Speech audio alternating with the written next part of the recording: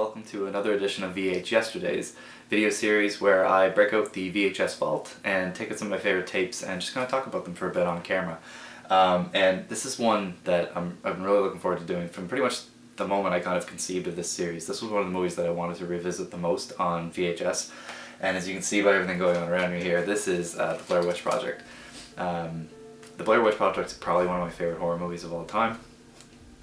It's a film that I genuinely enjoy and I watch every single year around this time anyway, and I've always owned it on DVD.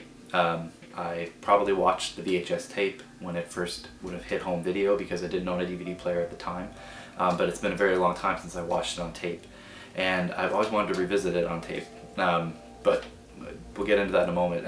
Just to talk a little bit about the film, it hit screens July 14th of 1999. And it was, of course it was this insane hit. I think it might have hit like festivals, stuff like that before that, because it was kind of a student film or a small budget kind of film. And the buzz and the excitement about the film and its kind of unique nature and all this stuff kind of got it, international attention, and it went to the big screen. So it very quickly came to home video. It was out July 14th on screen. It was ready for Halloween. I think it was out October 26th or something like that of the same year. So they were pretty much right to go to home video. People talk about this movie a lot, and I've done a video for it what feels like a million years ago. It's somewhere on my channel, so I won't talk too much about it, but there was a heavy viral marketing campaign. They had a website which was kind of a big deal at the time, BlairWitch.com, which had all this stuff, and the buzz generated around it was that this was real and that this footage was found and it was this true thing. Now the found footage genre has completely become this huge joke, but at the time it was a very unique thing and very interesting. Also, at the beginning of DVD, this film actually released, simultaneously on VHS and on DVD. And it's kind of interesting actually, as I was doing some research on it. Amazon, which I always forget was around for that long, but it was around back then, had like pretty much some solid rights on the release of this film. I mean, you could pick it up anywhere, I'm sure, but they had two packages you could get. You could get the DVD, which is probably the same DVD that most people have of the film. It came with some additional footage, like one extra scene. It came with the mockumentary, which I'll talk about in a moment, The Curse of the Blair Witch. And it came with, I think, like a director's commentary and maybe some other added features. So that was kind of, and the DVD was hot and new and stuff like that. So you could get that, or you could buy a 2-pack, which would be this tape here. This was the only VHS release that I know of, and it was bundled in with another tape for The Curse of the Blair Witch. The Curse of the Blair Witch was basically just before the film came out. I think it aired on like Discovery in Canada. I'm not sure where it aired. It may not have aired on Canadian TV actually, but I'm pretty sure I saw it beforehand, so it must have. But it aired on TV, and it was like a half-hour kind of documentary, about the people in this film as if they were real and as if the whole thing was real. It's called a mockumentary because of course none of it was true. But it was framed up so that it looked like it was really true. It kind of helped generate some buzz before the film came out. So you could get the two tapes kind of packed together. And this tape does have the additional scene on it that the DVD had, which was kind of, like I said, it was kind of a weird time. DVD was new, so not a lot of people had it. VHS tapes were of course still pumping out. But they had started adding additional footage and additional features to the DVDs. So sometimes you would get a tape that would have something on it anyway, maybe like an interview with the director, or it wouldn't be the full features, of course, that you would get in most on most DVDs, but it would be something. And this came with the additional scene that was also present on the DVD. So it's, if you wait till the end of the credits, when you turn on the tape, it says something like "wait till the end of the credits" and you get to see it. And there's been, I'm trying to think of additional releases. There's been some other DVD releases after the main DVD release. There was like a 2-pack with the sequel, Blair Witch 2. There's probably been like some kind of special edition at some point along the way. I know there's been a lot of additional like written stuff, like books and things like that, and there may have been a version of the movie you could get on DVD with a book or something like that at one point, but I could be wrong about that. And there has been a Blu-ray. I have not watched the Blu-ray. I kind of want to get it because it has 4 additional endings. Apparently they filmed 4 endings or 5 endings, I guess, something like that for the film. And they've added the additional endings onto the Blu-ray, but I hear incredibly bad things about it. They tried to maybe upscale the frames or something like that. It doesn't quite play at the right frames, the film, and then the additional features are even more wonky or something like that. I don't know a whole lot about it, so if you do know more about it, I'd love to hear about it in the comments. But from what I can tell, it's a pretty bad release, so I haven't picked it up yet, but I do really want to see those scenes, so I'm kind of this close to doing it.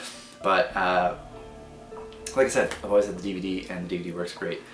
So why would you go back and get the VHS for this film? And the question is a legitimate question, because it's filmed on, like, 16 millimeter. The film doesn't really get anything for being on DVD, let alone on tape. They're fairly similar in quality in a way. I guess the best quality you could probably get of it would be the DVD, because like I said, it's filmed on just regular 16 millimeter. And if you watch the film, there's nothing glorious or fancy about it. It's very, very straightforward film. There's a black and white camera and there's a color camera.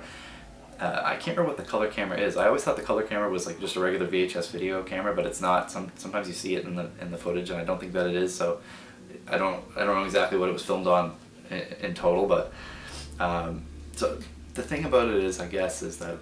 So what I'll say is that I watched it on VHS. I've watched it on DVD a lot of times. I kind of preferred watching it on VHS. There's something about watching it on tape, probably due to the time that it came out. It feels like it's supposed to be like almost like a home video. Like, I know that they're supposed to be professional filmmakers or student filmmakers, and they're filming it on actual cameras, and they've got a nice sound system and all this stuff on them. But there's just something about it that just screams tape, and there really isn't much of a difference.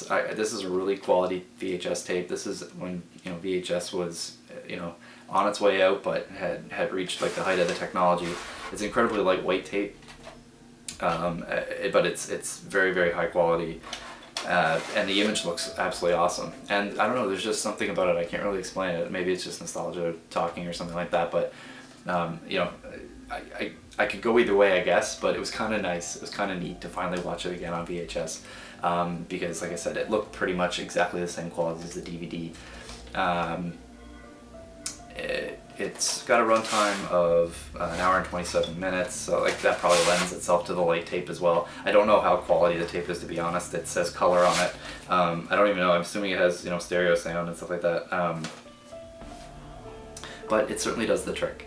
And I've seen these, like, if you're looking to catch this movie on VHS, or maybe you don't have the DVD yet, and whatever, I don't know why you would go out and be crazy like me and buy VHS tapes, but you see this all the time for very, very cheap. I mean, you can pick this up for next to nothing, I'm sure. If you got like a lot of movies for cheap, this is probably in it. Like I said, it was at the kind of that transitioning point between DVD and VHS, but this thing sold like hotcakes, I think. I don't think it was that expensive. Like, I remember seeing it at Walmart in the double pack with the Curse of the Blair Witch, and thinking about getting it even though I had the DVD already. The same thing happened to me with The Matrix.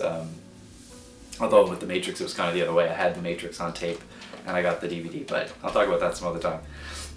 But there was something, I don't know how to explain it, but there was something about watching it on the tape again. And so I would definitely recommend doing it if you can get your hands on it, especially this season. This is the perfect season for it. The film was filmed in and around autumn. You can tell by the foliage, and the whole thing's set in the woods, so it's just constantly like, falling leaves and all the colors and stuff like that. And of course, it's a wonderful horror movie, and it's nice and spooky for this time of year. Seeing as we're going into October, this is the very end of September as I film this. So I guess whether you're going to watch it on this or any other media, go ahead and watch it, definitely watch it. But if you can get your hands on the tape, there was something about it that I really enjoyed. So I'm kind of blathering on at this point. The Blair Witch Project, great movie, great tape. Check it out. Thank you very much for watching, and cheers.